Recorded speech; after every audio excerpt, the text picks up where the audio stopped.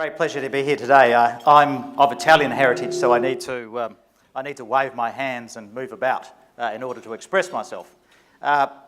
So one of the things that is true of all elections is they're all rather different. And a very good friend and mentor of mine, Richard Worthland, who was Ronald Reagan's pollster for his entire 16 years of California governor and president of the United States, said to me that each election is a unique set of combination of vectors and circumstances coming together. Whilst each one of those vectors might be historically familiar or seen by others, the combination is unique, and it's that combination we'll speak about today.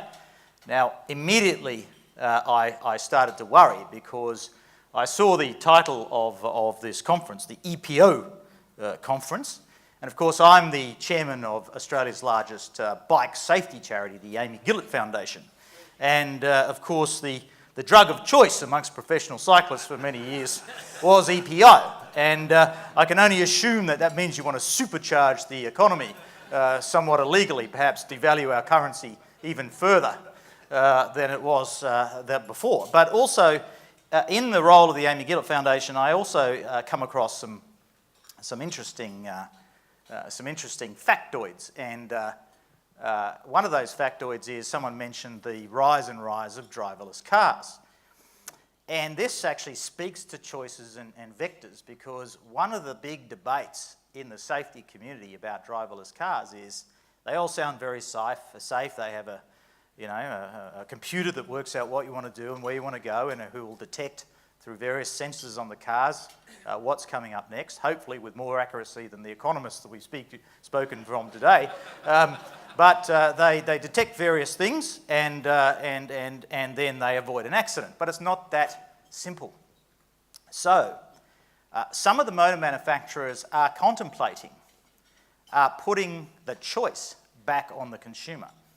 That is, they might avoid an accident, but does that driverless Merc or Google car, God help us, run into the cyclist, run into the pole and kill the owner, run into something else and kill the owner, but not the owner, run into the pedestrian, or what? It's not as simple as technology. We have to make choices about what we want to do. The circumstances are not enough. The data is not enough. At the end of the day, we have to make choices, and that's what I want to touch on later.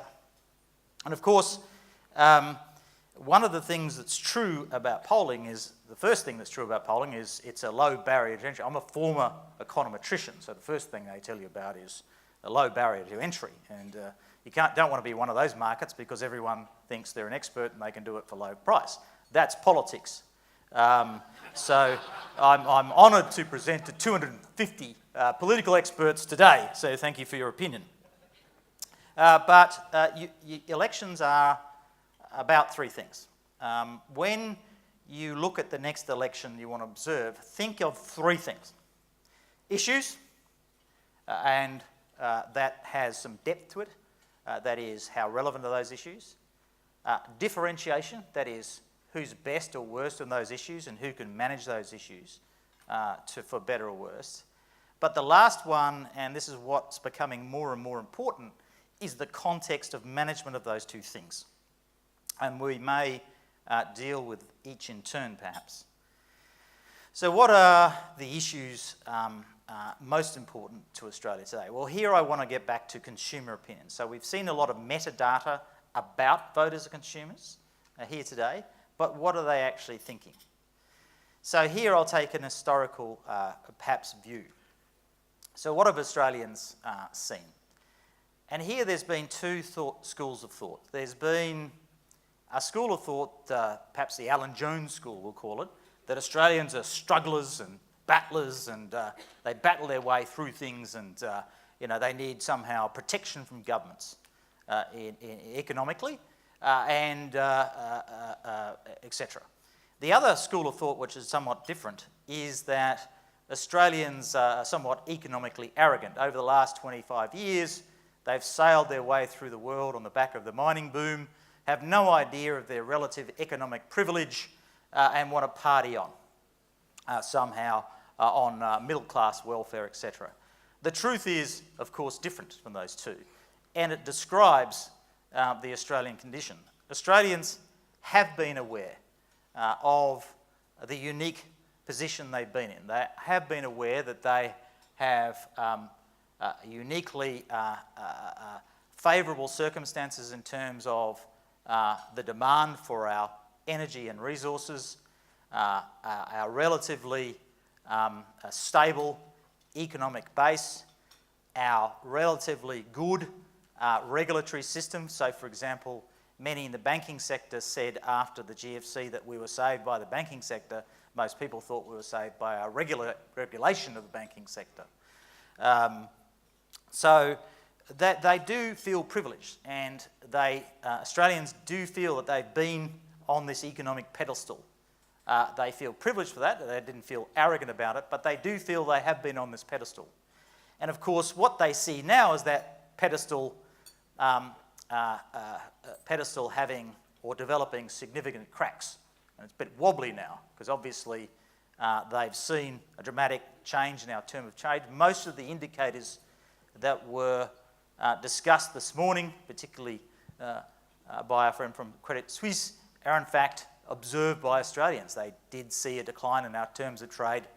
They do see a reduction in demand for our core goods.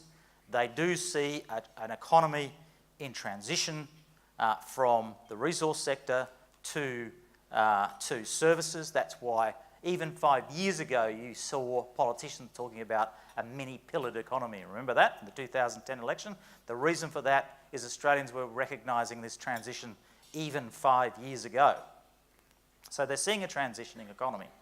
And really the core issue is, how do we maintain this pedestal? Or if I get to get off this pedestal onto a lower pedestal, how do we make that transition in a safe way that won't further disrupt our political economy?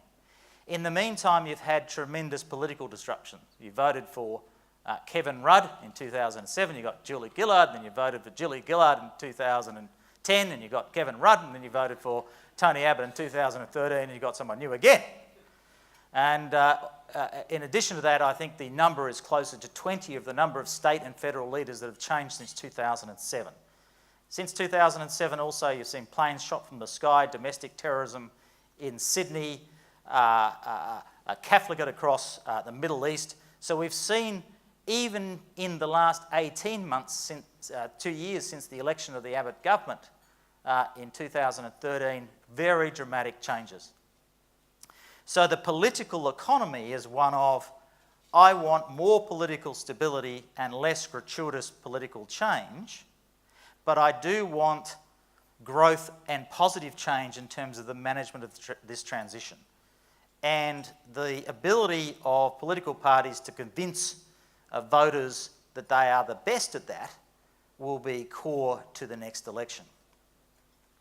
In that, there's some interesting sub-themes. Obviously, if you're pursuing a growth agenda, the old thing you used to do is promise more on infrastructure. But infrastructure is somewhat becoming like the African president promising a concrete statue of himself in Kinshasa. That is, it's a nice effigy for their glorification, but people are pretty cynical, and there's less political return on investment in those investments, because essentially it's seen as a grudge product now. That is, who wouldn't build it? You have to catch up. It's an essential part of a political economy, but don't thank me for doing it. Don't ask me to thank you for doing it. It's what you should be doing, like building schools and hospitals. And with schools and hospitals, there's an acknowledgement, because they're told on television every night by political commentators and representatives from the banks on the financial grab on the end of the night, quite rightly, that there's less money going around. So you'll find that, like a family dealing with lower economic more challenging economic circumstances, their expectations are more realistic about what can be achieved. So in health and education, they want innovation in the way money is used, and that applies to urban infrastructure as well. So that's the issue context, and we might ask a few questions about other issues, but that's basically health and education, crime, ice on the streets tends to be these days, are much like they've been for the last 20 years. Not a lot of change there. It's really the economy and the growth and the transitioning question that has seen the most change. Then you get the differentiation, the second part of the intersection.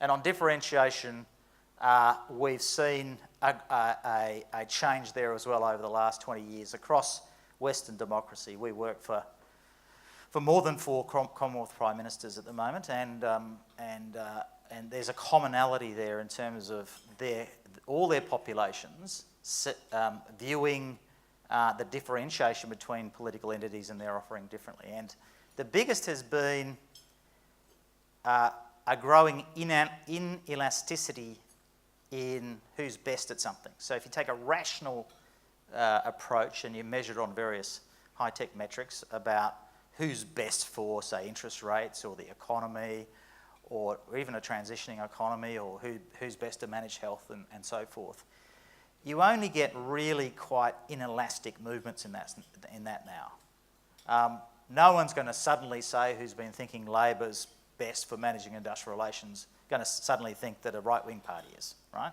And vice versa for economic management. So those things on measurements have become relatively inelastic.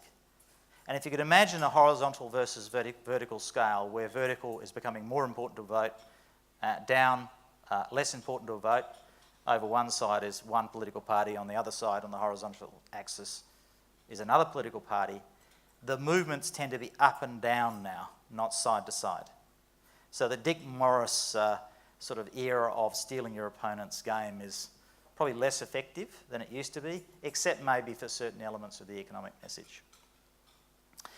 What's become more important, however, is beyond those rational messages, rational things about who's best to handle typical portfolio areas, is managerial and emotional attitudes to those issues. So whether your values are rightly aligned in terms of where you want to go on health or education, whether you're competent, whether your motive is substantially good or bad, whether you have vision, all these non-rational parts, not that they're irrational, but the non-rational parts have become more important. Particularly perceptions of competency.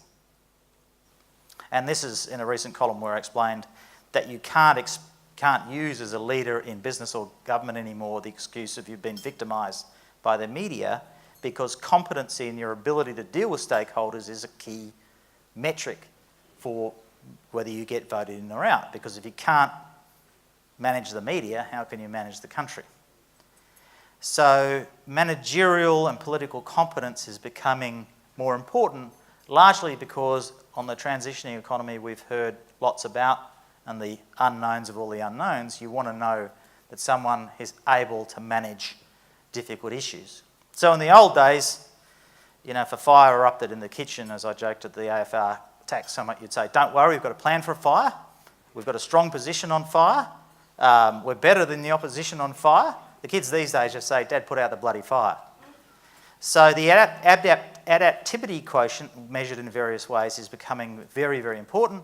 If you want to read on this, Taleb's anti-fragile is probably the best indication of the best form of robustness is agility. So the old, I've got a plan, we've got a stable position, is probably not as pertinent to political management as it previously had been.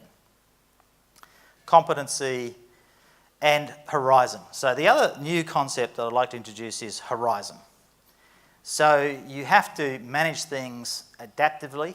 You have to be able to show that you're competent enough to change to changing circumstances. This is Malcolm's main message. But to the extent to which you have a fixed plan, that's about creating horizons for people, because there is an unknown. And the difference in politics and economics is you get to create your own horizon. Okay?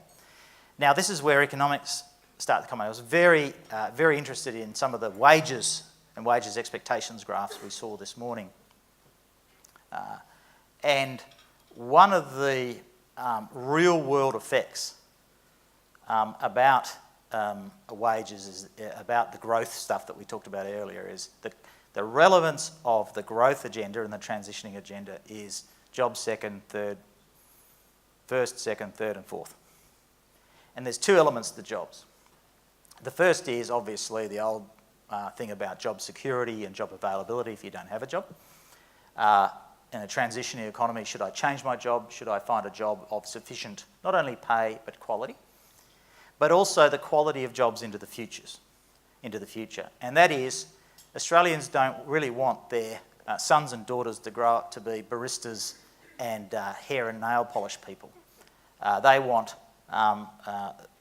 their sons and daughters to have meaningful jobs into the future, just as that they want their jobs to be meaningful. And therefore, these jobs have to have growth horizons, intellectual or lifestyle growth horizons, that is interesting, you get to do different things, or wage growth horizon. I would contend, as a former crap economist for the ABS, that one of the issues affecting consumer confidence is a flatlining expectations on jobs, on wages growth. So the social equivalent that is, and personal equivalent, is feeling like you're stuck in a dead-end job. So the salience of Malcolm's message about it's actually quite an exciting time, we can embrace these opportunities, is very salient because it offers people that horizon of hope that they're needing for expansion of their own lives and that of their sons and daughters. There's really no other issue right now. So when people talk job opportunities, it's more than just the number of jobs available and the unemployment rate. Perhaps the more interesting area, though, is the contextual environment. And this is what political commentators, despite, you see them on TV all the time. So, I'm a political insider and I watch on television every night, political insiders talking about political insider stuff. And I've never seen these people. Never heard of them, never been at the table with them. Generally think their advice and commentary is muppetry. But nevertheless, they're political insiders. So you watch these Muppets on TV and, their vast campaign experience in the marginal seat of, bum whatever, somewhere, as the junior campaign manager for a third-party candidate that never won. One of the things that's happening is, of course, is a two-speed political economy. And it gets to a much deeper issue of empowerment. So let's deal with a two-speed political economy. So there is now a derivative market for politics. So you are an otherwise intellectually and talent-challenged political commentator. You go on ABC The Drum or Sky or write a column in The Age, the ever-diminishing paper. And what's your job? Your job is to get paid $800 a column or $60 an appearance or whatever the pathetic fee is, to say something political about the event of the day. And those events of the day are hopefully substantial. Gonski, NDIS, the nature of the changing economy, what's happening with wage growth and what's happening with growth prospects and the possibility of a disastrous devaluation of the yuan, for example, would be terrible. So these are issues of substantive interest to people, despite having technical elements, but they are relevant to people, therefore they will absorb much more information than they normally would. But instead of news services and social media giving them that information, there's now a community of people who are in the derivative market of politics. So they get $800 on television for not talking about the substance of that issue, because they're neither economists nor social experts, but turning it immediately into politics. What Gonski means for Julia Gillard's survival, what an education policy means for the gender gap in the vote, who's up who in the Liberal Party zoo and the Labor Party zoo, and therefore straight away in the fast lane there's a monetisation of the derivation of an issue into politics. And so fast lane, right? Most derivative markets are quite odd, fast moving. In the slow lane is a family who just wants to know what NDIS is. What's that?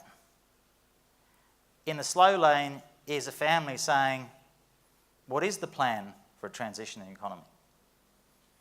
And that differential is going to be key not only to the next Australian election, but every election thereafter and around the world, how parties manage to calm down the political class and actually give people information that would persuade them to vote for them and show that they're competent, all those other things that I told you about, is going to be key.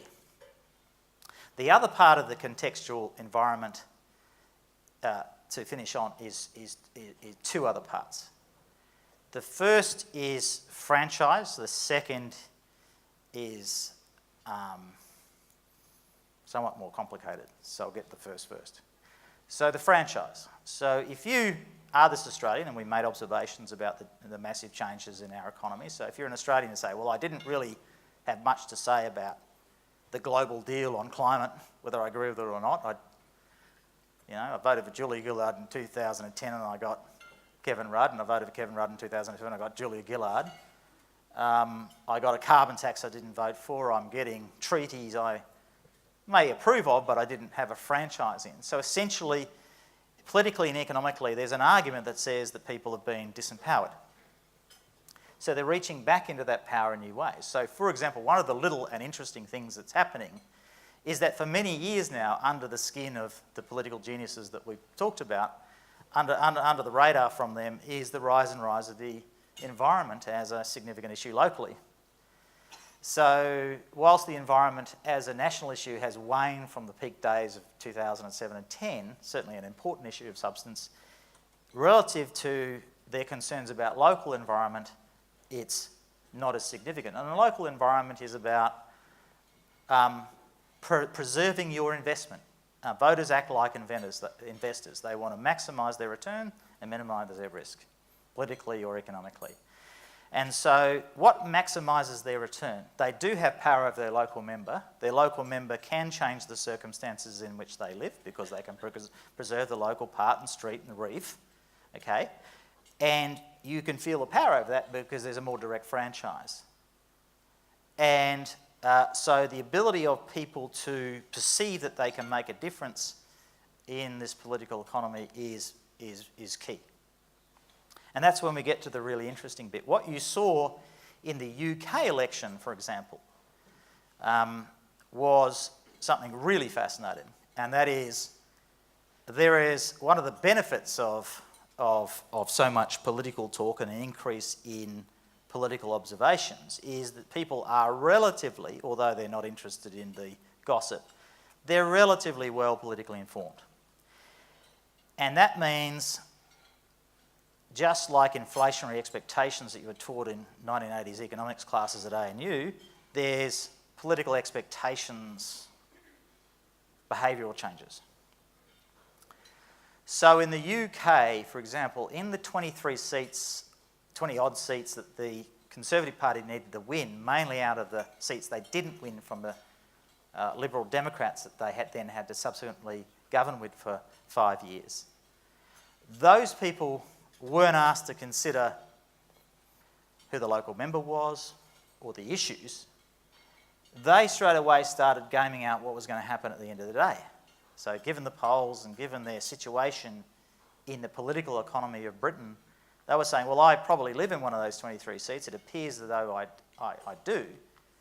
So I really can't make much of a difference to the Lib Dems' fortunes because they're not going to win. So my vote is really not about the local member or about the issue. My vote is really about the extent to which I can affect or not produce a stable majority government by giving David Cameron a vote, or even if they were more Labor-leaning than Lib Dems, or avoiding a Labor coalition, largely intellectually and leverage-led through the power of their coalition agreement through the SNP in Scotland, the Scottish National Party. And what we found is that people were prepared to vote tactically. Now, this has happened in marginal seats before in Australia, and it's happening now, and it's also happening in electorates like Epsom in New Zealand. So this is a really unique election because what it represents is the first time the maturation of a lot of issues have come together. The maturation of tactical voting thinking, well, not the total maturation, but the increasing maturity of tactical voting theory and opinion, the development of their fears and concerns about a transitioning economy, and the changing way in which they assess the competency of political parties. Now, all our previous speakers talked about changing, changing circumstances, making predictions difficult. If you think that these things can be measured by a fortnightly news poll, you are mad. Thank you.